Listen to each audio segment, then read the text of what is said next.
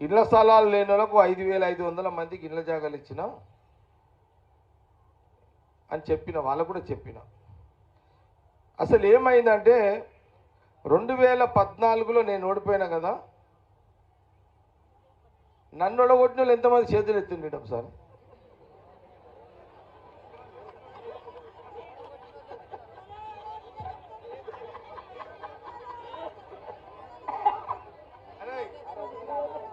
అరే నేను ఏమనరా, న్యాయంగా ఎత్తుడ్రా, మేము వెయ్యలేదు, మొన్న ఓటు వేయలేదు, ఓడగొట్టిన వాళ్ళు ఎంతమంది చెప్పుడ్రా. అరే గిట్ల భయపడితే ఎట్లరా నాయన మీరు చెప్పండి. అది భయమేముంది. సరే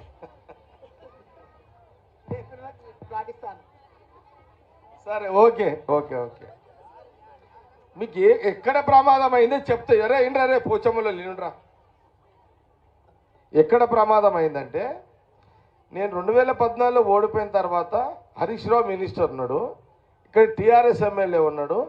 5,500 మందికి నేను ఇళ్ళ జాగాలు ఇచ్చిన తర్వాత అడిగేటోడు లేడు. ఇక్కడ కేసీఆర్ గారు ముఖ్యమంత్రి, మినిస్టర్ హరీష్ రావు గారు ఆయన మినిస్టరు, కలెక్టర్లు పోలీసులు ఎవరు చెప్తుంటారు?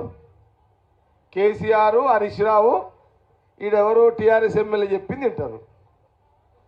జగ్గారెడ్డి ఎమ్మెల్యే లేడు, నాకు ఈయన పవర్ లేదు కదా, ఈయన లేదు, నా దగ్గరనేమో సీటు లేదు. ఈ మోకల వాళ్ళు ఏం చేశారంటే ఈ తొగర్పల్లిలో మీకోసము అలియాబాద్ తొగర్పల్లిలో తీసుకొచ్చిన భూమి 200 ఎకరాల భూమి రైతులకు డబ్బులు ఇచ్చి పక్కకు పెట్టిపించిన ఆ భూమిని వీళ్ళు ఏం చేశారంటే వాళ్ళు వేరే ఆఫీసర్లకు, నేను లేను కదా, చాలామంది పట్టా సర్టిఫికేట్లు ఇచ్చిన వాళ్ళు తొగర్పల్లికి అలియాబాద్కి పోయిన తర్వాత హరీష్ రావు మినిస్టరు ఇప్పుడు ఎమ్మెల్యే టీఆర్ఎస్ అయినే ఉన్నాడు, అప్పుడు కూడా ఆయనే ఉండే, ఆయన పోలీసు వాళ్ళని పెట్టారు, అందరినీ నిలగొట్టిపించేసారు. ఇక నేనేం చేయలేని పరిస్థితులు నేనున్నా. 10 ఏళ్ళు అయిపోయింది కదా. ఈ 10 సంవత్సరాలు కేసీఆర్ గారు ముఖ్యమంత్రి, హరీష్ రావు గారు మినిస్టరు, ఈ జిల్లా సంగారెడ్డి మొత్తము టీఆర్ఎస్ ఎమ్మెల్యే వాళ్ళ చేతిలో ఉన్నది.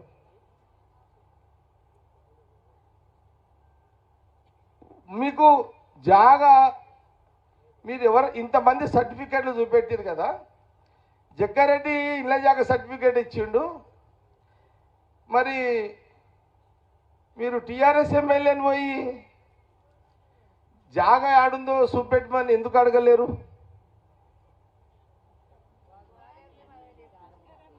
లేదు అరే ఆగో, అరే చెప్పింది నేను, అడగలేదు కదా.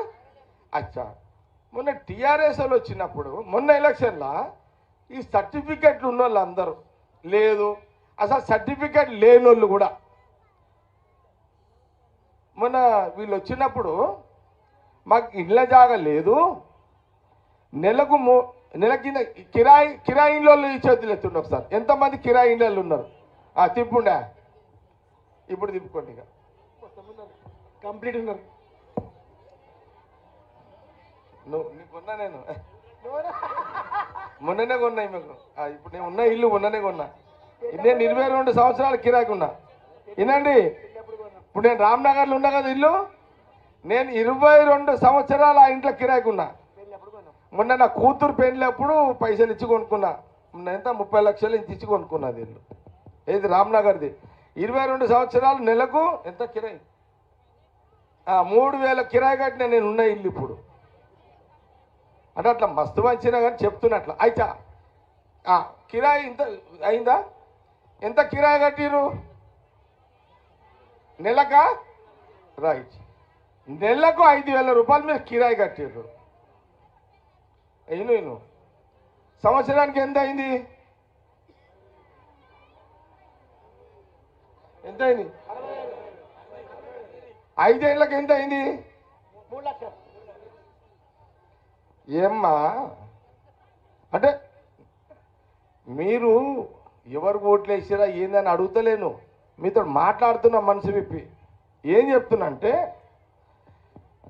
నెలకు 5,000 కిరాయి కడుతున్నారు, సంవత్సరానికి 60,000 అవుతుంది. 5 ఏళ్లకు 3 లక్షలకు మీకు కిరాయి అవుతుంది. మీరు ఓటేసేటప్పుడు ఆడోళ్ళంటే మన తెలంగాణ అక్కలు ఉంటుందని అంటారు. అంటే ఆడ ఆమెనే ఇల్లు నడుపుతుంది అని మన చరిత్ర, అంతే కదా. ఇల్లు నడిపేది ఎవరు? మొగడు సంపాదిస్తే అరే మొగడు ఒక 10,000 జీతం వస్తుంది, పెళ్ళానికి తెచ్చి ఒక 10,000 ఇస్తాడు. ఇచ్చిన తర్వాత అందులోనే సౌదలు, పిల్లగాని ఫీజులు, వగే పాలు, పెరుగు లేదా సౌదలు, ఇంటికి అన్ని, అంతే కదా. పెళ్ళామే కదా సదిరేదంతా. నేను ఇప్పుడు మొగోళ్ళని ఆడోళ్ళని అడుగుతున్నా.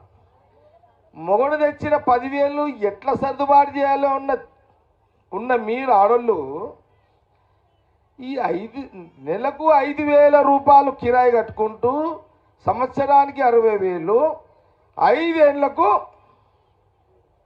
3 లక్షలు. ఓటేషన్కి వచ్చినోడు ఓటేయనికి ఎవరో ఒకరు వచ్చి నీ దగ్గరికి ప్రతి 5 ఏళ్లకు ఒక్కసారి ఒక ఎమ్మెల్యే క్యాండిడేట్ వస్తాడు, ఒక కౌన్సిలర్ వస్తాడు. వచ్చి మీరు వద్దన్నా మీ చేతిలో మీ దగ్గర ఒకరికి 1000 ఇస్తాడు, ఒకరు ఇంట్లో 5,000 ఉంటే 5,000 ఇస్తున్నాడు. 5 ఏళ్లకు ఇచ్చే 5 ఏళ్లకు ఒకసారి 5,000 ఇచ్చే కౌన్సిలర్ ముఖ్యమా, ఎమ్మెల్యే క్యాండిడేట్ ముఖ్యమా? మరి మీకు నెలకు 5,000 కిరాయి కట్టేది ముఖ్యమా? మీకు ఏది ముఖ్యం చెప్పండి. మీరు ఎప్పుడైనా మీ ఇంటికి ఎమ్మెల్యే క్యాండిడేట్ వస్తే మేము నెలకు 5,000 రూపాయలు ఇంటికి కిరాయి కడుతున్నాము, మాకు ఇళ్ళ జాగా ఇప్పిండి, ఈ 1,000-2,000 వద్దు అని మీరు ఎప్పుడైనా ఇన్నేళ్ళని అడిగిరా? మీరు ఎప్పుడైనా అడిగిరా?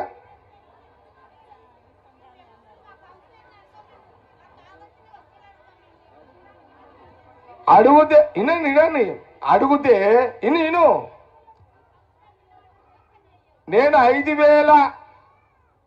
5,500 మందికి సంగారెడ్డిలో ఇళ్ళ జాగాలు ఇచ్చిన. ఓ అక్క చెల్లి ఆగండమ్మ, ఆగండి. 2013లో 5,500 మంది సంగారెడ్డిలో ఇచ్చిన. సదాశివపేటలో ఆడొక 5,000 మందికి ఇచ్చిన. 10,000 మందికి ఇళ్ళ జాగాలు నేను ఇచ్చిన. ఎప్పుడు? 2013లో. 2014 ఎలక్షన్స్ వచ్చినాయి. నీకు ఒక్కరికి ఇంట్లో ఎంత? ముగ్గురైతే ఉంటారు కదా. 10,000 ఇంటూ 10,000 అంటే ఎంతమంది? 30,000 మంది. అవునా? మీరు ఆ రోజు సంగారెడ్డి వాళ్ళు, సదాశివపేట వాళ్ళు, అరే మాకు ఆడ 5,000 మంది జాగాలు ఇచ్చిండు, ఈ 5,000 మందికి ఇళ్ళ జాగాలు ఇచ్చిండు, మళ్ళీ ఈయన ఎమ్మెల్యే గెలిస్తే మా జాగాలు మా కంట్రోల్లో వస్తాయి, కిరాయి తప్పుతుందని ఆ రోజు ఆలోచన చేసిరా? మీరు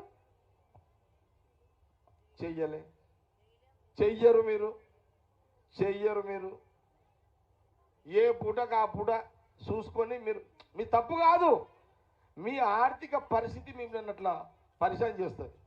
నేను మిమ్మల్ని తప్పు పడతలే, మీకు జ్ఞానం మీకు జర అర్థం కావడానికి చెప్తున్నా. మొన్న ఎలక్షన్లో నన్ను వీళ్ళ మావులు అంటారు, మా సంతుగాడు వీడున్నాడు, ఏడాడు ఏం రవి, మొన్న ఎలక్షన్ అయింది కదా, అరే ఫోన్ పెట్టారా ఇప్పుడు అర్జెంటారా ఫోన్? ఈ జిమ్మేదారు లేని మొగోడు అంటే వీడే. పెట్టు పాపరా. అయితే వినండమ్మా, నేను చెప్పేది మీకోసం చెప్తున్నా. నేను చివరిగా ఇళ్ళ జాగాలు ఏం చేస్తున్నా మీకు చెప్తా. అది కూడా నేను జగ్గారెడ్డి మీటింగ్ పెట్టి 10 ఏళ్ళ తర్వాత మీతో మాట్లాడుతున్నా అంటే ఏదో ఉంటేనే మాట్లాడుతాడా, లేదు మాట్లాడా, సరేనా? అరే మొన్న వీడు ఎలక్షన్లు అప్పుడు మొన్న నేను ఓడిపోయినా కదా, ఒక్కరోజు ముందు వీడు నాకు ఫోన్ చేసిండు, అన్న టీఆర్ఎస్ వాళ్ళు, ఒక డిఎస్పీ, 2 సిఐలు టీఆర్ఎస్ వాళ్ళు బస్తీలలో ఇంట్లో 10 మంది ఉంటే 10,000 ఇస్తారు, 5,000 ఉంటే 5,000 ఇస్తారు అన్న అని నాకు చేసి రేపు పోలింగ్, రేపు పోలింగ్. మరి ఏం చేద్దాంరా అంటే నేను ఒక బస్తీలో టీఆర్ఎస్ వాళ్ళు పంచుతుంటే ఆ డిఎస్పీని సిఐ ఇద్దరు సిఐలను పోయి నాకు కలిసిందంట. ఏం సార్ వాళ్ళు పంచుతున్నారు, మరి ఎట్లా సార్ అంటే సిఐ డిఎస్పీలు అన్నారంట, మీ దగ్గర కూడా పైసలు ఉంటే మీరు పంచుకోండి, వాళ్ళతో ఉన్నాయి కాబట్టి వాళ్ళు పంచుకుంటున్నారు టీఆర్ఎస్ వాళ్ళు, నీ దగ్గర ఉంటే నువ్వు కూడా పంచుకో అని ఈయనకు అన్నారంట. నా ప్రాబ్లం ఏంది, నేను ఉత్తప్పుడు పైసలు వస్తాయి, ఎలక్షన్ అప్పుడు నాతో పైసలు ఉన్నాయి, నాది ఒక పెద్ద నాకే అర్థం కాదు. నేను 5 ఏళ్ళు ఎలక్షన్లకు 4.5 ఏళ్ళు వచ్చుతా అడిగిన వాళ్ళకు, ఇక దొరికిన వాళ్ళు అదృష్టవంతులు, దురదృష్టవంతులు, దాన్ని నేనేం చేయలేదు దానికి. ఇక కానీ ఆ ఎలక్షన్ల ముందు నాది రూపాయి ఉండదు, మళ్ళీ అది నాకు శాపం, అది మీ తప్పు కాదు, అది నాకు శాపం, అది మీదేం తప్పు అంటలే. కానీ పోలీసు వాళ్ళు అంటే ఇక పోలీసు వాళ్ళకి తెలుసు. హరీష్ రావు నాకు ఏంద్రా అంటే అని చెప్పిండు, అన్న ఈ లోకల్ క్యాండిడేట్ హరీష్ రావు డబ్బులు పంపించిండు, సంగారెడ్డి నియోజకవర్గం అంతా 27 కోట్ల రూపాయలు పంపించిండట. 27 కోట్లు. అవునా రవి సాక్ష్యం ఆడనే ఉన్నాడు అప్పుడు. రవి వచ్చిండా? రాలే, ఆడనే ఉన్నాడు రవి. అయితే ఇక మాత పైసలు లేవని హరీష్ రావుకు తెలుసు, పోలీసు వాళ్ళకి తెలుసు. జగ్గరెడితే పైసలు ఉండే ఎలక్షన్ టైంలో ఆయన ఉత్తప్పుడు వస్తాడు, ఉత్తప్పుడు పండుగలు చేస్తాడు, పబ్బాలు చేస్తాడు, పని చేస్తాడు. ఆ ఎలక్షన్ టైం రూపాయి ఉండదు, ఆయన సంగతి అంతే, మనం ఈజీగా కొట్టవచ్చు పబ్లిక్ తోటి అనేది వాళ్ళ ప్లాన్ వాళ్ళకు ఉన్నది. ఇక నా పైసలన్నీ పండుగలకు పబ్బాలకు అడిగిన వాళ్ళకి ఇచ్చుడు అయిపోయింది. ఇక పోలీసు వాళ్ళు ఏమో చేతులు ఎత్తేసారు, డిఎస్పీ ఇద్దరు సీఎలు మీరు చేతనేత పంచుకోండి లేకపోతే పొండి అన్నాడు ఆయన. ఒక ఇద్దరికి టీఆర్ఎస్ వాళ్ళు ఇస్తుంటే వీడు పోయి పోయి మీరు పైసలు తీసుకోకుండాని ఆ ఓటర్స్ని ఆపిండంట వీడు. వాళ్ళు ఏమన్నారు చెప్పాలా, ఏ సార్ మీరు జగ్గారెడ్డి కూడా పైసలు ఇస్తలేడు, ఇప్పుడు వీడు అన్నాడంట, అదేనామా ఎప్పుడు ఆడితప్పుడు ఇస్తాడు కదా, ఎలక్షన్ అప్పుడే కదా ఆయన దగ్గర ఉండే కదా అంటే, కరెక్టే సార్ మా పరిస్థితి కూడా అట్లే ఉంటుంది కదా, పాతది లెక్క వేరు కానీ కొత్త లెక్క కొత్తది కదా అని ఆమె అన్నదంట. మా కడుపు మీద కొట్టకుండా సార్ ఎందుకు కొడతారు అని వీడు అన్నదంట. వీడు నాకు ఫోన్ చేసిండు, ఎందుకంటే నాకు చెప్పకుండా ఎవరేం చేయొద్దు. వీడు అన్నాడు, అన్న మరి పోలీసు వాళ్ళు ఏమో అట్లా అన్నారు, ఈ ఇద్దరు డబ్బులు తీసుకునే ఓటర్స్ని నేను ఆపితే వాళ్ళేమో మా కడుపు మీద కొట్టొద్దని వాళ్ళు అన్నారు నేను ఆపినన్నా నన్ను ఏం చేయమంటావు అని నన్ను అడిగాడు. వీడేమన్నాడు, నాకేమో 2 రోజుల ముందు ఎలక్షన్కి రాను, మీకు తెలుసు కదా వస్తారా, నేను ఓట్లు ఎక్కువ అడిగి ఎక్కువ మీరే ఇస్తారు ఒకసారి అది అయిపోతుంది. నేను హైదరాబాద్లో ఉంటా ఎలక్షన్ రోజు 2 రోజుల ముందు. అయితే లాస్ట్కి ఏమైంది, వీనికి అన్నారే ఇప్పుడు ఏమన్నది అంటే, వద్దు మా కడుపు కొట్టకుండా 1000-2000 మా కడుపు కొట్టకుండా అని అన్నారన్న అంటే, నేను వీనికి ఏమన్నా అంటే, అరే వద్దురా ఇక వదిలేండిరా, ఇప్పుడు నేను వచ్చి పోలీసులను అదరగొట్టి బెదరగొట్టి ఆ ఓటర్లను మీకు పైసలు అందకుండా నేను ఎమ్మెల్యే గెలుస్తే, అరే అంతో ఇంత ఒక 10,000 మందికి పైసలు అటో ఇటో నాకు తెలిసే కానీ నియోజకవర్గం మొత్తం సంగారెడ్డి ఒకటే కాదు, సంగారెడ్డితో పాటు నియోజకవర్గంలో ఒక 30,000 మందికి వాళ్ళు పైసలు ఇచ్చారు. నేనేమన్నంటే, అరే ఆ 30,000 మంది జగ్గారెడ్డి ఒకవేళ ఆ టీఆర్ఎస్ వాళ్ళని పోలీసులను ఎదుర్కొని నేను ఒక ఎమ్మెల్యే గెలిస్తే ఆ పైసలు అందని వాళ్ళు 5 ఏళ్ళు నన్ను తిట్టుకుంటారా, జగ్గారెడ్డి ఎమ్మెల్యే మా కడుపు కొట్టి మాకు పైసలు అందకుండా ఆయన ఎమ్మెల్యే గెలిచిండని అంటారా, ఎమ్మెల్యే కావడం కంటే వాళ్ళ కడుపు కొట్టలేదు అని చెడ్డే పేరు నాకు కుదర ఎలక్షన్ వదిలేండి అని చెప్పిన వీరికి. అర్థమైందా మీకు? ఏమర్థమైంది చెప్పండి? నేను ఎమ్మెల్యే గెలవకపోయినా సరే ఓటర్ల కడుపు కొట్టకుండా వాళ్ళకి అందే 1000-2000 అందకుండా చేయకుండా అని చెప్పిన వీనికి. అది జగ్గారెడ్డి. మీ బుర్రకి ఎక్కింది ఎక్కలేదా? ఏదో సినిమాలో నవల చూసినట్టు వింటున్నారు ఏదో సైలెన్స్గా. నేను చెప్పింది అర్థమైందా? ఏం అర్థమైంది చెప్పండి. అది నువ్వు ఆగరా, ఆడోళ్ళు చెప్పాలి, నువ్వు కాదు. ఆగ ఏం అర్థమైందమ్మా? ఎస్, మీకు 2000 మీ కడుపు మీద కొట్టి నేను ఎమ్మెల్యే కావాలని ఇష్టం లేదు కాబట్టే నేను ఎలక్షన్ వదిలేయండి అని చెప్పేసిన. సరే, ఇదంతా అయిపోయింది. నేను ఎందుకు మీకు చెప్తున్నా అంటే, ఈయనమ్మా పొచ్చమ్మలో మీతో ఇదే పరిచయం. సంకల పోర్లు ఎత్తుకొస్తారేమరా, ఇంట్లో వండబెట్టి రావచ్చు కదరా. అయితే వినండమ్మా, మీకు ఎందుకు చెప్తున్నంటే, మీ జీవితాలు మీరే ఖరాబ్ చేసుకుంటున్నారమ్మా. చేసుకున్నారు.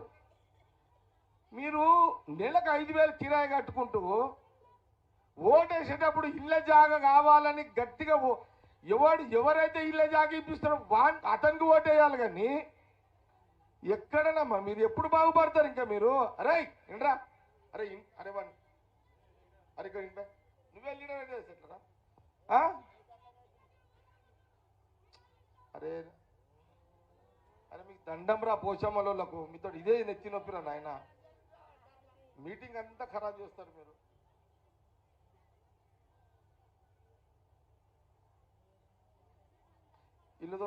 వీళ్ళు పోచమ్మలో బుడగజంగోళ్ళు వీడున్నారు. వీళ్ళది ఎట్లుంటో తెలుసా వీళ్ళ కథ? ఊర్లో ఒక్క గుడిసే కలబడితే ఊళ్ళో పోచమ్మలో బుడగజంగంలో ఎట్లుంటో తెలుసా? ఊర్లో ఒక్క గుడిసే కలబడితే ఊరంతా కాలిపోయినట్టు చేస్తారు వీళ్ళు. ఆగుండి మీరు, మీ పవర్ఫుల్ కులాలు మీ రెండు. అమ్మా వినండి, నేను ఇవన్నీ ఎందుకు చెప్తున్నంటే అమ్మా, వినండి అమ్మా, ఆగు.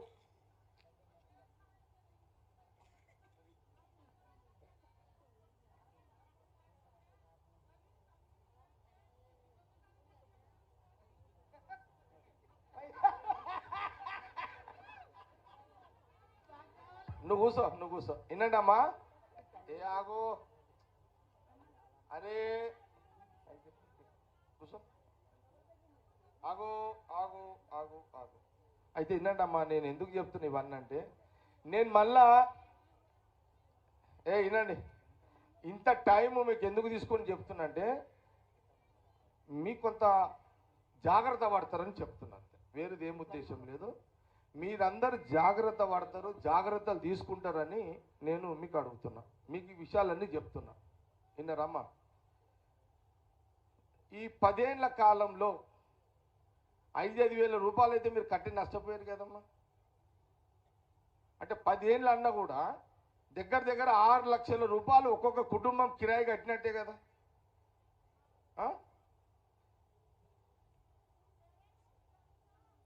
ఒకడేమో క్వార్టర్కి పోతున్నాడు,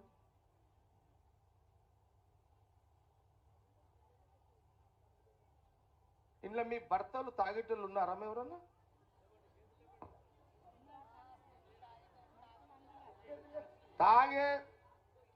తాగే భర్తలు ఉన్న భార్యలు ఎంతమంది చేతులు ఎత్తుండి చూస్తా.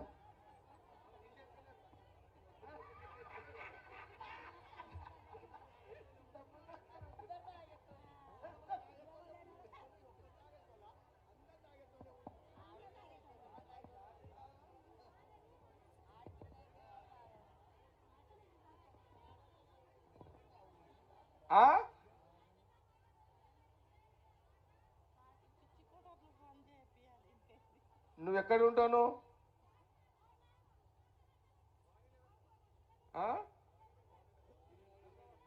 10 ఏళ్ళు ఇనమ్మా, ఇను తల్లి, ఇనమ్మా.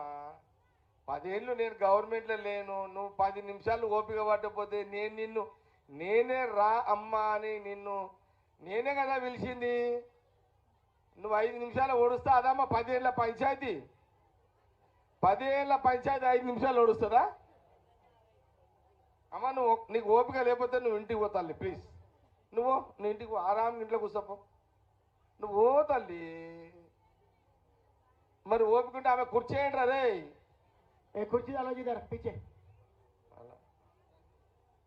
कुमराई राइट साइड कुर्सी అట్లా కాదమ్మా నువ్వు ఖాళీ గంట సేపటికి ఇంత కాళ్ళు చేతులు కొట్టుకుంటే నేను మీకు భూమి లెక్కాలి ముఖ్యమంత్రి రేవంత్ రెడ్డి గారితో మాట్లాడి పైసలు రైతులకు ఇప్పియాలి గీతలు గీయాలి రాళ్ళు వాతాలి ఎన్ని కథలు ఉంటాయమ్మా నాకేం అవసరమా ఇట్లా ఒకటి చెప్పాలమ్మా 100 మందిలో 1000 మందిలో ఒక్క ఆమె ఒక ఆయన సరిపోతాడు ఖరాబ్ చేయడానికి నా మూడు అనవసరంగా నేను మంచి మూడ్లో వచ్చి మీతో మీటింగ్ పెట్టినా నా మూడు ఖరాబ్ చేసిరనుకో నాకేం చేయదు నేను వెళ్ళిపోతే ఇట్లనే ఉత్తగా మైండ్ ఖరాబ్ చేసుకున్నాను నా మైండ్ ఖరాబ్ చేయకుండా నేను ఏడాది నుంచి ఒక్క సంవత్సరం నుంచి జిల్లా కలెక్టర్లతోటి ఆర్డీఓలతోటి ముఖ్యమంత్రి రేవంత్ రెడ్డి గారితో ఆయన పొంగులేటి శ్రీనివాసరెడ్డి తోటి మినిస్టర్ తోటి ఆయన దామోదర్ గారితో మొన్నటిదా కొండ సురేఖ ఆమెతో మాట్లాడిన ఇప్పుడు ఇన్ఛార్జ్ లేదు